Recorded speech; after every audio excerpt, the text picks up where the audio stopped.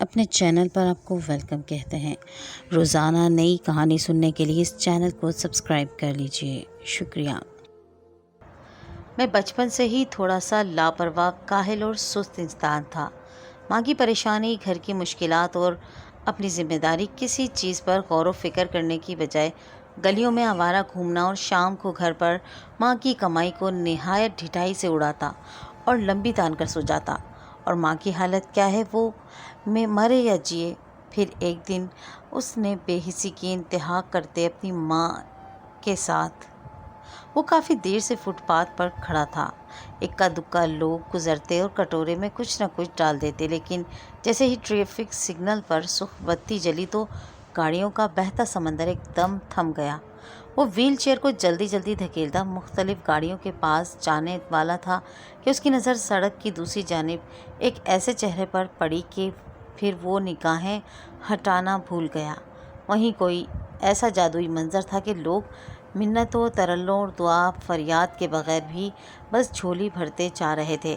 وہ وہیں رک سا گیا، ساکت ہو گیا۔ فیاض کا تعلق چکلالہ سے تھا۔ وہ اپنے والدین کا اکلوتا بیٹا تھا۔ اپنے والدین نذیرہ اور شوکت کی شادی کے 15 سال بعد وہ پیدا ہوا تھا، مگر بدقسمتی کہ دنیا میں آنکھ کھولنے کے 2 سال بعد ہی یتیمی نے بڑی بے رحمی سے اسے گلے لگا لیا۔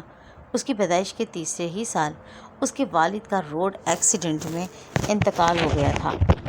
ہوش سنبھالتے ہی اس نے اپنی ماں کو غربت کی چکی میں بری طرح پستے ہوئے دیکھا تھا۔ وہ جانتا تھا کہ اس کی ماں اس سے بے تحاشا محبت کرتی ہے، اسی لیے وہ اس کے لیے دن رات محنت کرتی تاکہ اس کے بیٹے کو بھوکا سونا نہ پڑے۔ وہ لوگوں کے گھروں میں کام کرتی اور اپنے بیٹے کی ضروریات پوری کرنے کی بھرپور کوشش کرتی، لیکن فیاض نے ضروریات کے ساتھ ساتھ خواہشات بھی پال لی تھیں، جن کا قلیل آمدن میں اور مہنگائی کے دور میں پورا ہونا تقریباً ناممکن ہی تھا۔ ماں اس کو بہت لاڈ پیار سے پال رہی تھی۔ جب فیاض 5 سال کا ہوا تو نذیرہ نے اسے تعلیم حاصل کرنے کے لیے اسکول بھیج کر تعلیم حاصل کرنی چاہی، مگر فیاض میں فطرت میں محنت اور دماغ چلانا نہیں تھا۔ اس وجہ سے اس کا پڑھائی میں کسی طرح دل نہیں لگا۔ آخر تھک ہار کر ماں نے فیاض کو اس کے حال پر چھوڑ دیا۔ وہ شروع سے ہی اپنی اولاد کی ہر ضد پوری کرتی آئی تھی۔ اس کی خوشی کے آگے وہ اپنا آپ بھی ہار جاتی تو بھی اسے کوئی ملال نہ ہوتا۔ شاید ہر ماں ایسی ہی ہوتی ہے، لیکن وہ تو فیاض کی ماں اور باپ دونوں تھی۔ نذیرہ کی ہر کوشش، لگن اور بہت پیار کے بعد بھی فیاض کو چھوٹی عمر میں ہی احساس محرومی نے بری طرح گھیر لیا تھا۔ وہ جھونپڑی میں رہ کر محل کے خواب دیکھتا، ماں کے ساتھ گھسے ہوئے جوتوں کے ساتھ کئی میل پیدل چلتے ہوئے ایک شاندار کوٹھی اس کے خوابوں میں شامل ہوتی، مگر وہ تو کوئی کام تک نہیں کرتا تھا۔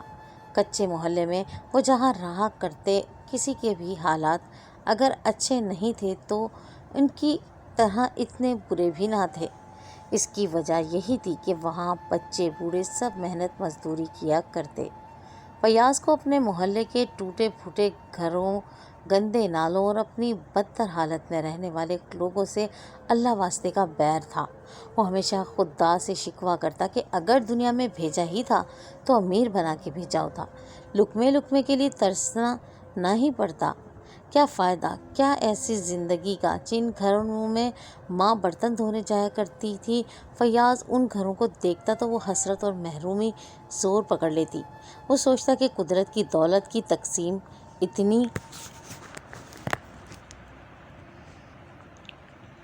اتنی غیر منصفانہ کیوں ہے۔ وہ گناہ اور ناشکری سے ناآشنا بس پیٹ کی بھوک کے بارے میں سوچتا رہتا، لیکن اس کی سوچیں دولت سے شروع ہو کر دولت پر ہی ختم ہوتی۔ نتیجتاً وہ بجائے محنت کرنے کے بری صحبت میں پڑ گیا۔ اور ایک مزید پریشانی یہ بھی ہو گئی کہ اس کی ماں نذیرہ اب نہایت ہی کمزور ہوتی جا رہی تھی۔ اس کے لیے کام کرنا مشکل ہو گیا تھا، مگر کرنے کے سوا کوئی چارہ نہیں تھا۔ فیاض بھی کئی دن گھر سے غائب رہتا، ماں پوچھتی تو ٹال مٹول کر دیتا۔ کچھ ٹائم کے بعد کمزور اور بوڑھی ہونے کی وجہ سے نذیرہ چارپائی سے لگ گئی۔ وہ دن بدن ضعیف ہوتی جا رہی تھی اور بیمار رہنے لگی تھی۔ گھر میں کھانے کو دانے نہیں تھے اور دوا کا تو سوال ہی پیدا نہیں ہوتا۔ وہ شام تک مانگ تانگ کر کہیں سے ایک وقت کی سوکھی روٹی لے آتا اور رات کٹ جاتی۔ ایک دن وہ ایسے ہی گلیوں میں آوارہ پھر رہا تھا کہ کہیں سے کچھ کھانے کو مل جائے، تب اس کی نظر ایک 9-10 سالہ بچے پر پڑی جو ہر گھر کے دروازے پر کھڑے ہو کر بھیک مانگتا اور آٹے دانے جو بھی ملتا اپنے تھیلے میں بھرتا جاتا، بلکہ کچھ لوگ تو پیسے بھی دے رہے تھے۔ اس کے ذہن میں مانگنے والا بننے کا خیال آیا۔ شام کو جب اس نے اپنے دوستوں سے یہی بات کی تو انہوں نے کہا کہ تم تو سدا کے بھولے ہی رہے، آج کل مارکیٹ میں سب سے زیادہ فائدہ مند طبقہ بھکاری ہی ہے۔ ایک بولا، تم یقیناً مین روڈ تک نہیں گئے، اگر گئے ہوتے تو تمہیں پتہ چلتا کہ وہاں بھکاری ایک دن کا ہزاروں کماتے ہیں۔ میری ماں اور بہن جاتی ہیں، اس لیے تو باپ بیٹے عیش کر رہے ہیں۔ یہ بات سن کر فیاض حیران ہوا اور پوچھا کہ تو تم خود کیوں نہیں جاتے؟ اس بات پر اس کے دوست ہنستے اور بولے، پگلے، یہ معاشرہ عورت کے لیے زیادہ ہمدردی رکھتا ہے۔ گھر آنے تک فیاض فیصلہ کر چکا تھا۔ اس کی بوڑھی ماں چارپائی پر پڑی بری طرح کھانس رہی تھی، مگر اس کو ماں کی کھانسی سنائی نہ دی۔ اس کے ذہن میں اپنے دوست کی باتیں گونج رہی تھی۔ اگلے دن اس نے میل سے بھرے ہوئے پھٹے پرانے کپڑے پہنا کر ماں کو ویل چیئر پر بٹھایا اور اسے دھکیلتا ہوا مین چوک میں جا کر کھڑا ہو گیا۔ وہ واقعی حیران تھا۔ وہاں اس جیسے میلے کچیلے، ٹوٹے ہاتھ اور پاؤں والے بہت سے بچے، عورتیں اور بوڑھے سب شامل تھے۔ سگنل کے اشارے پر گاڑیاں رکتی اور بھکاریوں کا جمع غفیر اکٹھا ہو جاتا۔ بھوک بھوک کی صدائیں گونج اٹھتی اور جیسے ہی سبز بتی دوبارہ سے جلتی، ان میں سے اکثر کونے خدروں میں چھپے سگریٹ پھونکتے یا نشہ کرتے نظر آتے۔ چند ہی دنوں میں وہ اس ماحول میں رچ بس گیا تھا۔ فیاض نے روز ملنے والے نوٹوں کی بدولت پرانا محلہ چھوڑا اور مین روڈ کے قریب ایک پرانا سا گھر کرائے پر لے لیا۔ اس طرح آنے جانے میں آسانی رہنے لگی، مگر بھیک سے ملنے والے پیسے اتنے نہ تھے کہ وہ اپنے خرچے پورے کر سکتا یا اپنی خواہشات کو مکمل کرتا۔ بس اتنا تھا کہ 3 وقت کی روٹی پوری ہو جاتی، مگر اس کی خواہشات پوری نہیں ہو پا رہی تھیں۔ اس دن بھی وہ معمول کے مطابق فٹ پاتھ پر کھڑا تھا۔ سگنل بند ہونے میں چند سیکنڈ باقی تھے۔ جیسے ہی سرخ بتی جلی، وہ بوڑھی ماں کی چیئر دھکیلتا ترتیب سے لگی ہوئی گاڑیوں کی طرف جانے ہی والا تھا۔ اس کی نظر سڑک کی مخالف سمت پڑی تو وہ ساکت رہ گیا۔ وہ پری چہرہ اتنی حسین کہ جو ایک نظر ڈالے دوبارہ نظر جھکانا بھول جائے۔ وہ چاند ضرور تھی، مگر گرہن لگا ہوا تھا۔ اس نے دیکھا وہ ویل چیئر پر بیٹھی ہے۔ اسے ایک پختہ عمر کے مرد نے سہارا دیا ہوا تھا، کیونکہ وہ دونوں ٹانگوں سے معذور تھی۔ اس کے دیکھتے ہی دیکھتے لوگ دھڑا دھڑ اس کی جھولی ہرے لال نوٹ سے بھرتے جا رہے تھے۔ فیاض کسی طرح گاڑیوں کے بیچ سے راستہ بناتا ہوا اس کے سامنے جا کھڑا ہوا۔ وہ خود حیران تھا۔ اس لڑکی نے غیر ارادی طور پر اس کی طرف نگاہیں اٹھائیں تو فیاض جیسے پتھر کا ہو گیا۔ اتنی بے بسی، اتنا درد اس نے آج تک کسی کی آنکھوں میں نہیں دیکھا تھا۔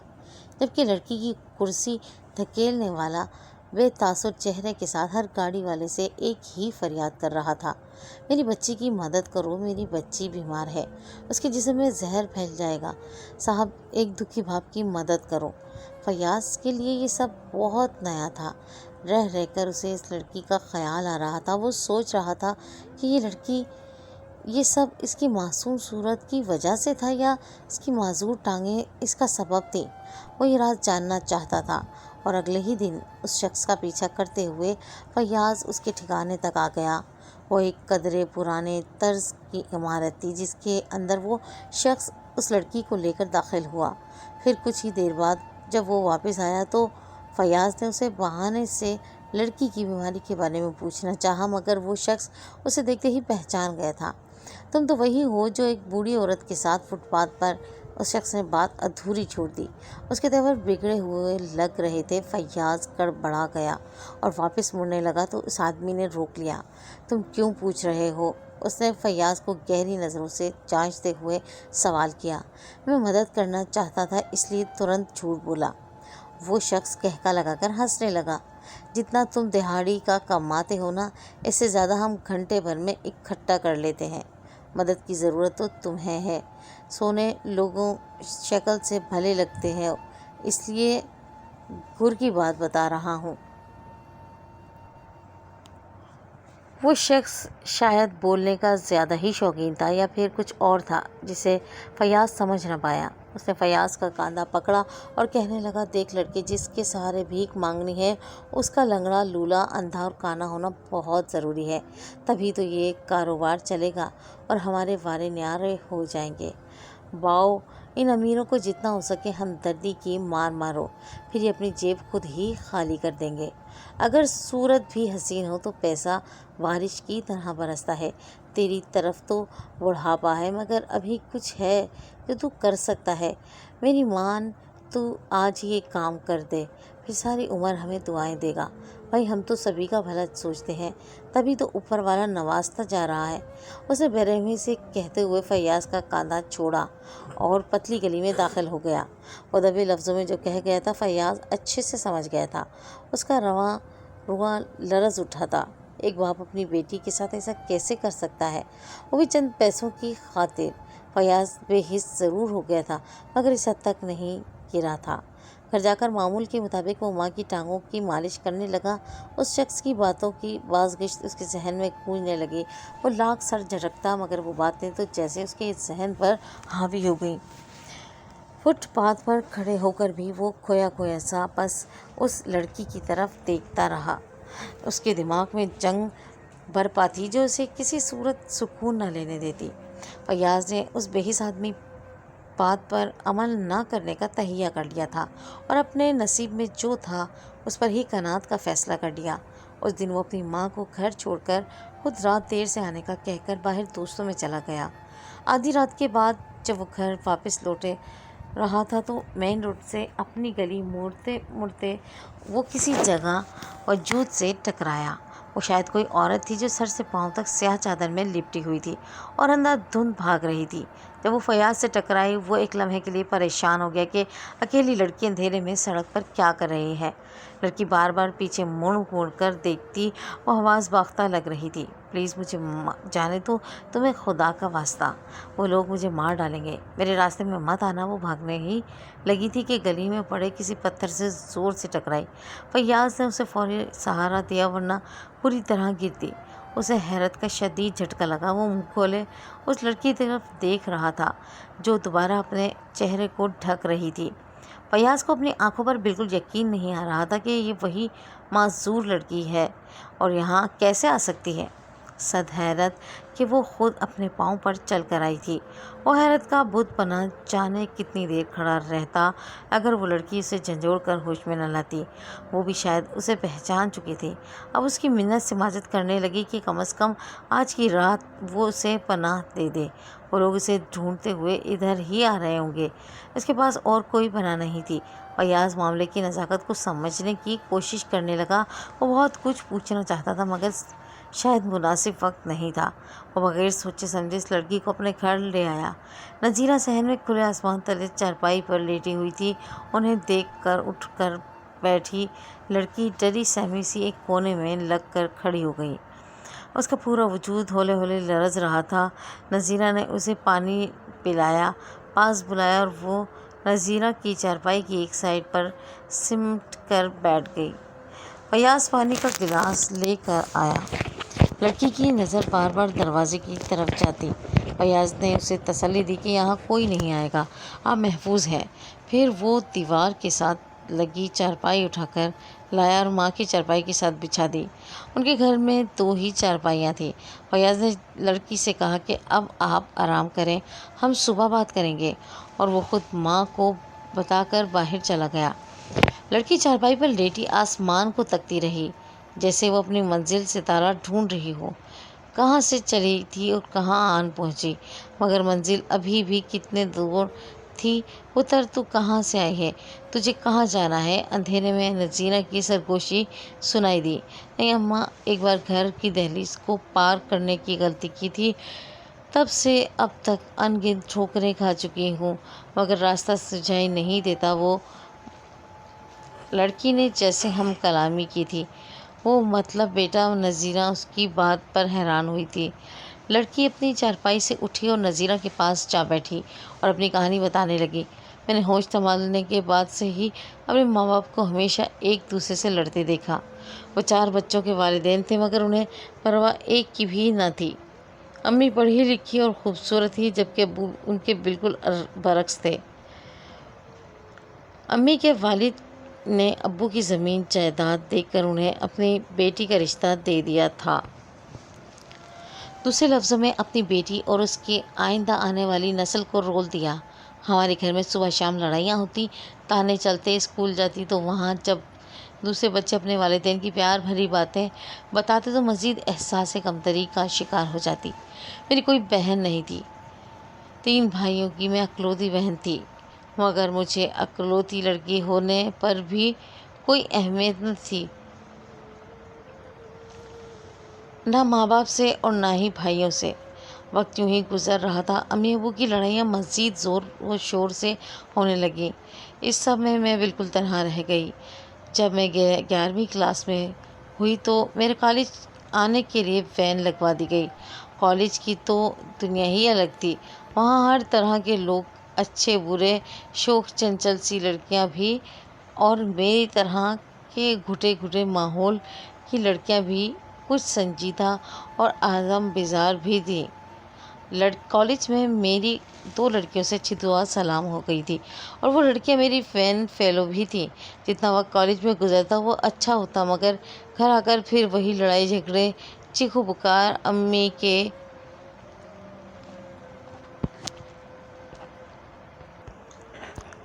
کانوں کے پردے پھاڑنے کو رہتی۔ ان دنوں میری دوست نے مجھے چھیڑ دی کہ وین کا ڈرائیور جو بہت خوبصورت لڑکا تھا تمہیں روز خاص نظر سے دیکھتا ہے۔ میں نے ان کی بات سنی انسنی کر دی، حالانکہ مجھے بھی محسوس ہوتا تھا کہ وہ مجھے باقی لڑکیوں کی نسبت زیادہ توجہ دیتا ہے۔ اس بات کو کچھ ہی دن گزرے ہوں گے کہ ایک دن میری دوستوں نے کالج سے چھٹی کر لی۔ وین میں میرے ساتھ اسکول کے 3-4 بچے تھے۔ وہ انہیں اسکول کے باہر چھوڑ کر مجھے کالج چھوڑنے آیا۔ جب میں وین سے اتر کر گیٹ کی طرف جانے لگی تو اس نے کہا، سنو، تم مجھے بہت اچھی لگتی ہو، کیا تم مجھ سے دوستی کرو گی؟ وہ کچھ دیر میرے گنگ چہرے کو دیکھتا رہا اور چلا گیا، جبکہ مجھ سے اپنا دل سنبھالے نہ سنبھل رہا تھا۔ واپسی پر بھی میں اکیلی ہی تھی۔ اس نے دوبارہ مجھ سے وہی سوال پوچھا اور کہا کہ اسے مجھ سے پہلی نظر میں محبت ہو گئی تھی، اور جب تک وہ مجھے دیکھ نہ لے اسے چین نہیں ملتا تھا۔ اب میں اس کی آنکھوں کی روشنی اور دل کا سکون، میں نے اس لڑکے کے بارے میں کچھ بھی نہیں جاننے کی کوشش کی اور نہ ہی محتاط ہوئی، اور اس کی چکنی چپڑی باتوں میں چلی آئی۔ جو بھی تھا، اس کی باتوں میں، اس کی شخصیت میں ایسا جادو تھا کہ میں سارے غم بھولنے لگی۔ امی ابو کی لڑائی سے بھی مجھے کوئی فرق نہیں پڑتا تھا۔ میری ایک الگ دنیا بن گئی تھی جس میں تھی اور اکرم تھا۔ اکثر کالج کے بعد سب کو چھوڑ کر وہ مجھے کسی نہ کسی ریسٹورینٹ میں لے جاتا۔ اس کے ساتھ گزارے گئے ہر پل میں ناز کرتی۔ میں تو اس کے لیے اپنی جان بھی دے دیتی۔ اپنے گھٹن زدہ ماحول والے گھر کو چھوڑنا میرے لیے کیا معنی رکھتا تھا؟ اکرم اکثر مجھے ورگلاتا تھا کہ میں اکیلا ہوں، محنت مزدوری کرتا ہوں، تمہارا باپ کبھی بھی تمہاری شادی میں میرے ساتھ نہیں کرے گا، اور یہ بات میرے لیے مرنے کے برابر تھی۔ میں جو زندگی بھر ماں باپ کی توجہ اور بھائیوں کے لاڈ کو ترستا رہا، اب 4 دن کے بنا جینا محال تھا۔ ایک دن میں اس کے مشورے پر گھر کی دہلیز پار کر آئی، لیکن آگے دلدل پیچھے کھائی۔ مشتاق درمیان میں کہیں لٹک کر رہ گئی۔ اکرم نے مجھ سے میرا زیور ہتھیایا جو میں اپنے ساتھ لے کر آئی تھی۔ اس نے تو میرا سودا کیا ہوا تھا۔ میں لاکھ چیخی چلائی مگر اب بہت دیر ہو گئی تھی۔ میرے آنسو میرے اندر جذب ہو گئے تھے۔ میری فریاد کسی کام نہ آئی۔ جن کا ساتھ میرا سودے طے ہوا وہ ایک ایسا گینگ ہے جو خوبصورت اور نوجوان لڑکیوں سے بھیک منگواتا ہے، ان کو لولا لنگڑا اور معذور بنا کر لوگوں کی آنکھوں کو دھوکہ دیا جاتا ہے، مگر جو لڑکی بھاگنے کی کوشش کرے یا بھیک مانگنے سے انکار کرے وہ اس کو حقیقت میں انسانی اعضاء کاٹ کر تکلیف دیتے ہیں۔ آج تک جو بھی بھاگی اس کا انجام برا ہی ہوا۔ یہ لوگ بہت ظالم ہیں، دن رات لڑکیوں سے بھیک منگواتے ہیں اور رات کو ان سے گناہ کرواتے ہیں۔ میں نے کئی بار بھاگنے کی کوشش کی مگر فرار کا کوئی راستہ نہ ملتا۔ آج بڑے محفلوں کے ساتھ کچھ بڑے لوگوں نے میری بولی لگانا تھی کیونکہ میں ان لوگوں کو پسند آ گئی تھی، مگر میں کسی طرح وہاں سے بھاگ نکلی اور لمحے بھر کی سیاہ چادر سے اپنی آنکھوں کے موتی چننے لگی اور پھر بولی، اس بات پر یقین کر کہ اللہ کی زمین بہت بڑی ہے، وہ مجھے چاہے گا تو مجھے اسکول کہیں نہ کہیں پناہ مل جائے گی۔ وہ بار بار اپنی آنکھیں رگڑ رہی تھی۔ اس کی کہانی سن کر نذیرہ کا بوڑھا دل کانپ اٹھا تھا۔ نذیرہ نے اس کو اپنے گلے سے لگایا اور تھپ تھپانے لگی۔ تبھی اس لڑکی کی نظر دروازے کے پاس کھڑی خاموش نظروں سے دیکھتے فیاض پر پڑی۔ جانے وہ کب سے یہاں کھڑا تھا۔ وہ گھبرا کر سیدھی ہو بیٹھی۔ وہ سست قدموں سے چلتا ہوا اس کے پاس آیا اور نم آنکھوں سے ماں کی طرف دیکھنے لگا۔ اماں مجھے معاف کر دیں، میں نے بھی تو تیری بے بسی کا فائدہ اٹھایا، تیری ساری عمر کی محبت کی کمائی جو خود کمانے کے لائق ہوا تجھے یوں زمانے بھر میں رسوا کیا۔ اماں مجھے معاف کر دیں، اماں اپنے کملے فیاض کو معاف کر دیں۔ وہ ماں کے گھٹنے سے لگا زاروں قطار رک رہا تھا۔ بہت بڑا گناہ کار کیا ہے میں نے، ہائے میں تو اللہ ہی بننا بھول گئی۔